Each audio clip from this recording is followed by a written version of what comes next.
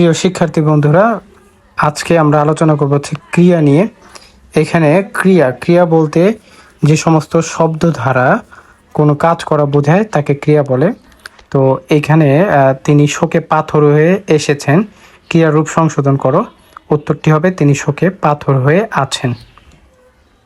সে chair ছেড়ে উঠে শিক্ষকের কাছে গেল। অসমাপিকা ক্রিয়া রূপ সংশোধন করো।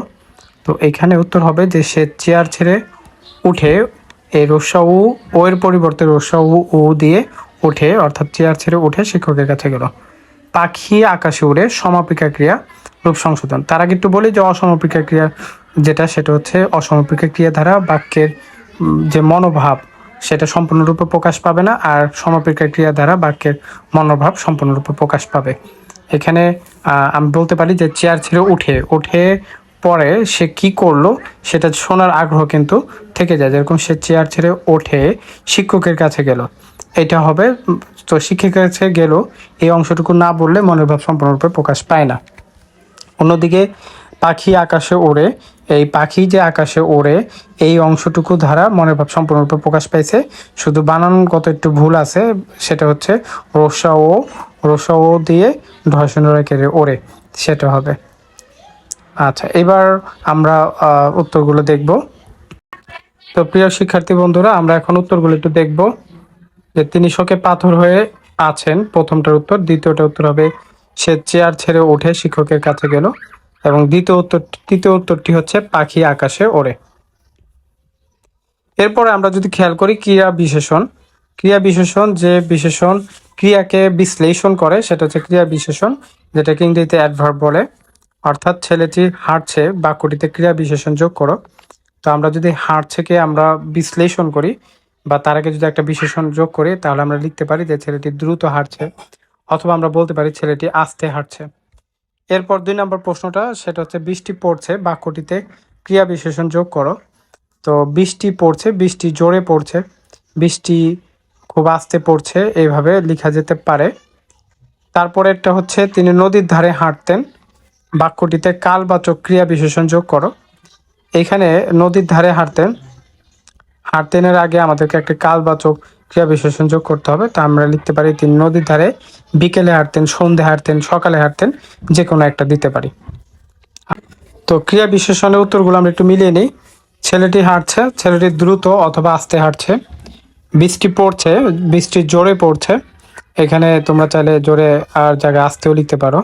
তিনি নদীর ধারে হাঁটতেন, তো তিনি নদীর ধারে সকালে বিকেলে সন্ধ্যায় হাঁটতেন, যে কোনো একটি কালবাচক বিশেষণ এখানে যোগ করতে পারো। এরপর হচ্ছে অনুসর্গ হচ্ছে, যদি আমরা একটু খেয়াল করে দেখি, যা নাউন বা প্রোনাউনের পরে বসে তোমার শব্দের বাক্যের পূর্ণতা আনে, সেটা হচ্ছে অনুসর্গ। এদের নিজস্ব কোনো অর্থ থাকে না।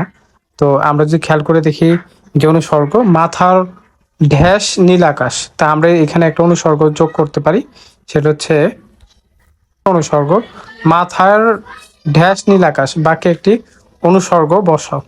তো আমরা যদি খেয়াল করে দেখি, তাহলে আমরা এখানে লিখতে পারি যে মাথার ওপর নীল আকাশ, অথবা আমরা এভাবে লিখতে পারি মাথার ওপরে নীল আকাশ। তারপর হচ্ছে কার ড্যাশ গেলে জানা যাবে, বাকি একটি অনুসর্গ আমাদেরকে বসাইতে বলছে। তো আমরা এভাবে লিখতে পারি যে কার কাছে গেলে জানা যাবে, এটা উত্তর হতে পারে। তারপর হচ্ছে মন ড্যাশ লেখাপড়া করবে, বাকি একটি অনুসর্গ বসাও, তাহলে আমরা বলতে পারি যে মন দিয়ে লেখাপড়া করবে। অনুসর্গের উত্তরগুলো আমরা একটু মিলিয়ে নিই। যে অনুসর্গ মাথার উপরে নীল আকাশ, বাক্যে একটি অনুসর্গ বসানো হলো। কার কাছে গেলে জানা যাবে, এখানেও একটি অনুসর্গ বসানো হলো। এবং শেষ যেটি, সেটা হচ্ছে ড্যাশ মন ড্যাশ লেখাপড়া করবে, এই বাক্যে একটি অনুসর্গ হচ্ছে মন দিয়ে লেখাপড়া করবে। এরপর আমরা যদি যোজক যোগ করতে বলছে, যোজক হচ্ছে যা দুটি শব্দ বা দুটি বাক্যকে যুক্ত করে, সেগুলোকে যোজক বলে। যেরকম ও, এবং, কিন্তু, তথাপি, যথাপি, যদি, এগুলো বরং, এগুলো হচ্ছে যোজক। তো আমরা যদি এখানে খেয়াল করি, কলা, কমা, পাউরুটি কিনে নিয়ে আসো, তো কমার পরিবর্তে আমাদেরকে যোজক ব্যবহার করতে বলতে, তো কমা পরিবর্তে আমরা লিখতে পারি যে কলা আর পাউরুটি কিনে নিয়ে আসো, অথবা আমরা বলতে পারি কলা এবং পাউরুটি নিয়ে আসো, অথবা আমরা এভাবে বলতে পারি কলা ও পাউরুটি নিয়ে আসো। এগুলোর অনেক উত্তর হয়, যে কোনো একটা দিলেই হবে। তারপরে এখানে বললো যে দ্বিতীয়টাতে বলছে তাকে আসতে বললাম সে এলো না। দ্বিতীয় বাক্যের শুরুতে একটা যোজক যোগ করতে বলছে, তো দ্বিতীয় বাক্য হলো সে এলো না, তার আগে একটা যোজক আমরা যোগ করতে পারি। তাকে আসতে বললাম কিন্তু সে এলো না, তাকে আসতে বললাম কিন্তু সে এলো না, দ্বিতীয়টা উত্তর কিন্তু হতে পারে। বসার সময় নেই যেতে হচ্ছে, দ্বিতীয় বাক্যের শুরুতে যোজক যোগ করো, তো দ্বিতীয় বাক্যের শুরুতে একটা যোজক যোগ করলে পাই বসার সময় নেই তাই যেতে হচ্ছে। বসার সময় নেই তাই যেতে হচ্ছে, এটা যদি আমরা এখানে তাই বসাই তাহলে বাক্যটি খুব সুন্দরভাবে সম্পূর্ণ হয়। যোজকের উত্তরগুলো দেখি, যে কলা পাউরুটি কিনে নিয়ে এসো, এখানে কমার পরিবর্তে যোজক ব্যবহার করতে হবে। তো কলা ও অথবা আর এবং যে কোনো তিনটার একটা ব্যবহার করা যেতে পারে। তাহলে কলা ও পাউরুটি কিনে নিয়ে এসো, এটা হইতে পারে। কলা আর পাউরুটি কিনে নিয়ে আসো, এটাও হইতে পারে।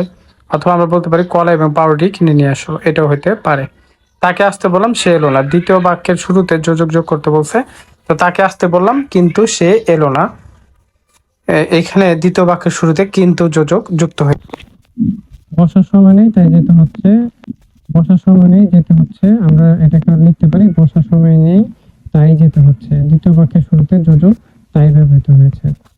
আবেগ, আমরা আবেগের যে তিনটা দেয়া আছে সেখানে লিখতে পারি যে তুমি তো দারুণ লিখেছো, প্রশংসাসূচক আবেগ যোগ করো, আমরা লিখতে পারি বাহ তুমি তো দারুণ লিখেছো।